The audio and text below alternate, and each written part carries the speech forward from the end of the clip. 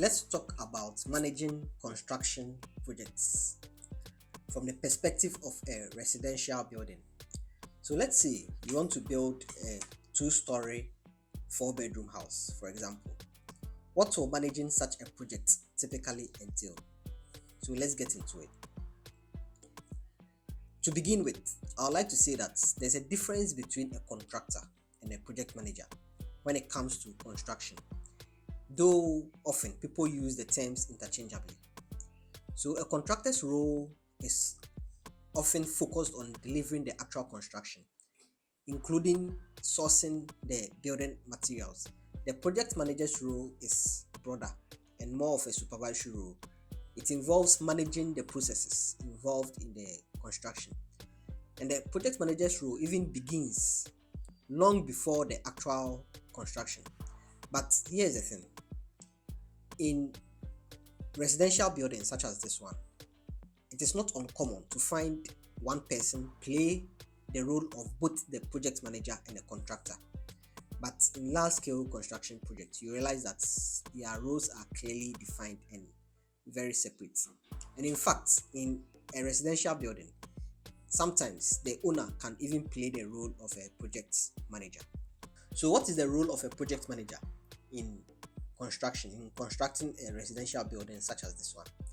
As I said, the project manager's role begins long before any concrete is mixed or any pickers hits the ground. So first of all, the project manager should ensure that there is proper documentation to the land. So there should be a land title certificate or a registered deed, or at least there should be evidence that the registration is ongoing. So this is very important because you can't develop land you do not own. So the next is designing the building. Before you embark on any construction project, you should know what you are building. So here you assemble a team of consultants or the design team who will design the building. So this design team is led by an architect.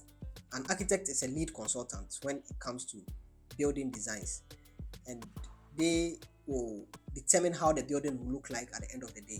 So they prepare the floor plans, the elevations, etc. etc.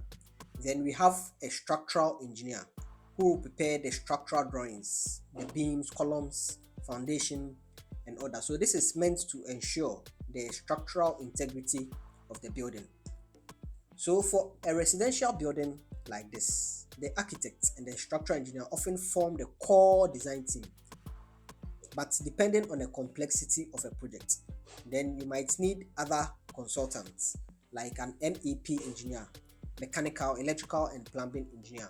They prepare the electrical and plumbing layouts and the mechanical systems in the building. Then a geotechnical engineer who will prepare a soil test report. This can inform the type of foundation to use.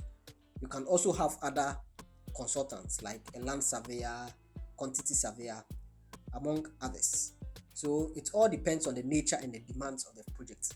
In fact, in simple single-story residential buildings, 2-bedroom, 3-bedroom houses, only an architect may suffice. And in fact, some even go as far as using draftsmen and all that. So the design process, this is a design process, and the design process is a collaboration between the design team, that's the architects, the structural engineer, and the other consultants, that is if they are required, then the project manager and the homeowner or the client. So they come together, collaborate to produce the blueprints or the drawings of the building, and this is known as the design phase of the project.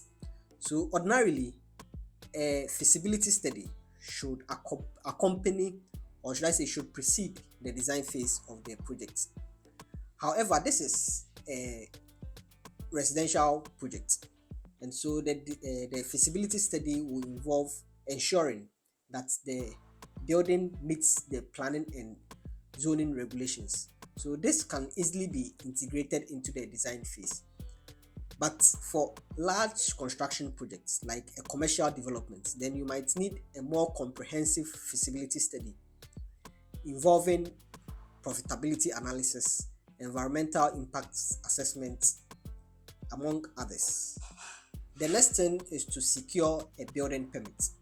So once the drawings are ready, you submit it to the local assembly to obtain a building permit. Next is to plan the construction itself.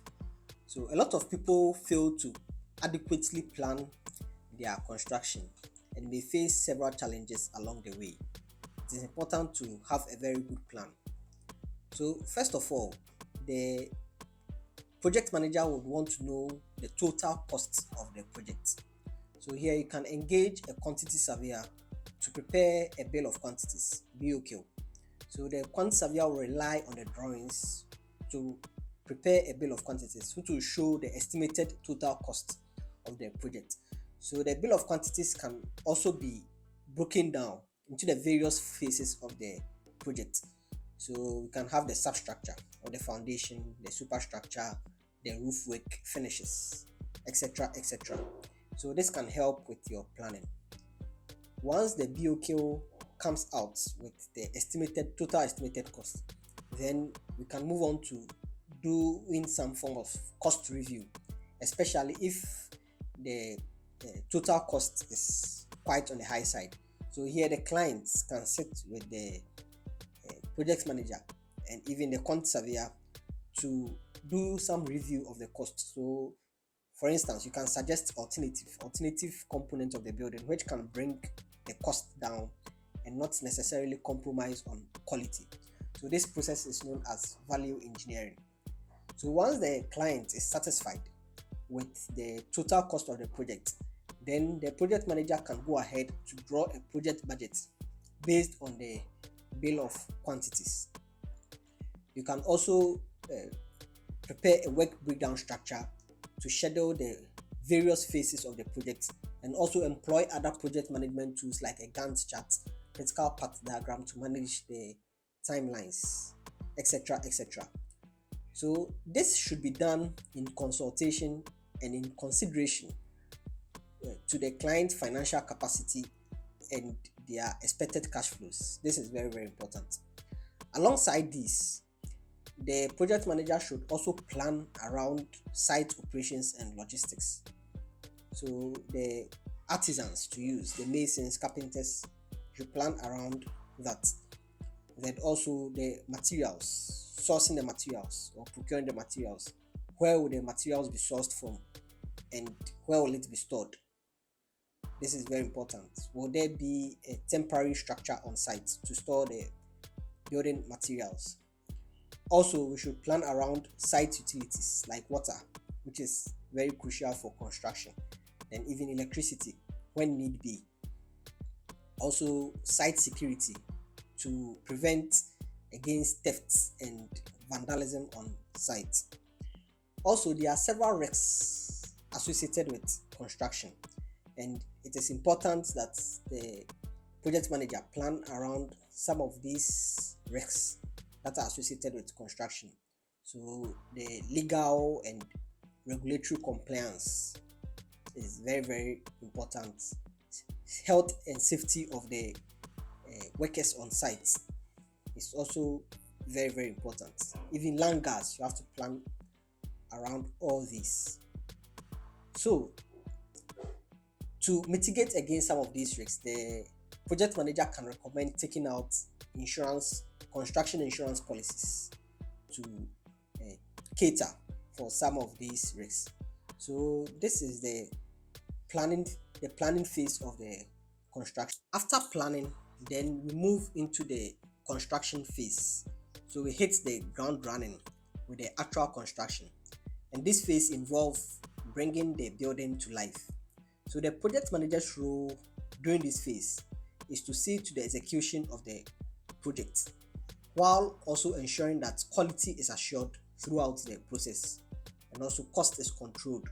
You have to work within your budget and also managing the timelines very well to avoid delays. Delays can actually drive up the cost of the project. I like to categorize the entire construction into two broad phases. So we have the core and the shell. That's the main building that we always see. Then we have the finishes to complete. But before that, you would also have to prepare the site preparation, and also do your setting out Setting out is when you transfer the plan onto the ground or the land. So the core and shell comprises of the substructure or the foundation. So the foundation is a major structural component of any building. It transfers the load of the building into the ground. In other words, it is the major support of the building. Then we have the superstructure. So the superstructure comprises the blockwork. The blockwork we see, the structural members, the beams, columns, and all that, including the roof. The roof also forms part of the superstructure.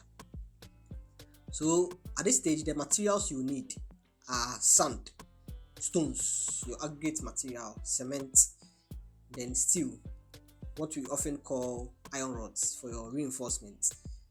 Then you also have your blocks for your blockwork. So incidentally, the blocks is even a product of sand and cement. Then we have timber for your formwork, and also for the members, the framework of the roof is also made from timber. Then we also have bamboo or metal stanchions for your props to support your formwork for the slabs and staircases and all that. So at this stage, the project manager's role is to ensure the efficient use of these materials. Nothing should go to waste, and also maintain quality. Maintain quality by ensuring that the recommendations and specifications in the drawings are strictly followed. So you can do this by collaborating with the consultants, the architects, the structural engineer, the other consultants. You schedule meetings, site visits, inspections with them. So this is meant to ensure that their specifications, their drawings are strictly adhered to. So this is the core and shell of the building. Once we are done with the core and shell, then we can transition into the finishes. But even before we get to the actual finishes, we can begin to lay our electrical conduits and the plumbing pipes, then also begin to render our walls, the internal and external walls, what we often refer to as plastering, and also set out our washrooms and bathrooms and kitchens, etc. etc. Then we move into the actual finishes. So the finishes is what reveals the beauty of the building and makes it more of a livable home. So the finishes includes floor tiling, for instance. So the floor and wall tiling, the ceiling works is part of the finishes, painting of walls, internal and external walls, fitting sanitary ware in the washrooms and bathrooms, then also electrical installations like the sockets and all that, then also furniture, kitchen cabinets, and other kitchenware and wardrobes, furniture in the rooms, wardrobes and other decorative cladding. So all these are the finishes, and as I said, the finishes is what reveals the aesthetic appeal of the building. And depending on the tastes and preference of the homeowner or the client, the finishes can actually be a major cost driver. So after the finishes, then we can begin to move externally to the external works. So external works include the compound works, paving the compound. They are going to use concrete tiles, pavement blocks. Then also landscaping, grass lawns, other ornamental plants. Then also the fence wall also forms part of the external works. And if there's going to be any electrical fencing, we top the fence wall with an electrical fencing, and also a gate. The main gates is also part of the external works, including septic tank and all that. When all works are complete, then we can begin to test the systems, especially the electrical and the plumbing systems. At this stage, you can also prepare a snag list to identify any defects which should be corrected immediately before handing over. The next step is to conduct a walkthrough inspection with the client. Then finally, the site is cleaned and handed over to the client.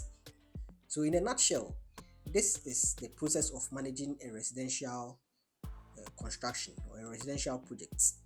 So in reality, you should expect to face several challenges along the way, but with proper planning and attention to detail and understanding the process, you should be able to maneuver your way around these challenges and deal with them effectively.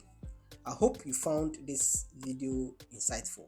If you did, kindly hit the like button. Even if you didn't, kindly hit the like button, subscribe to the channel, and also share to others. Thank you for watching.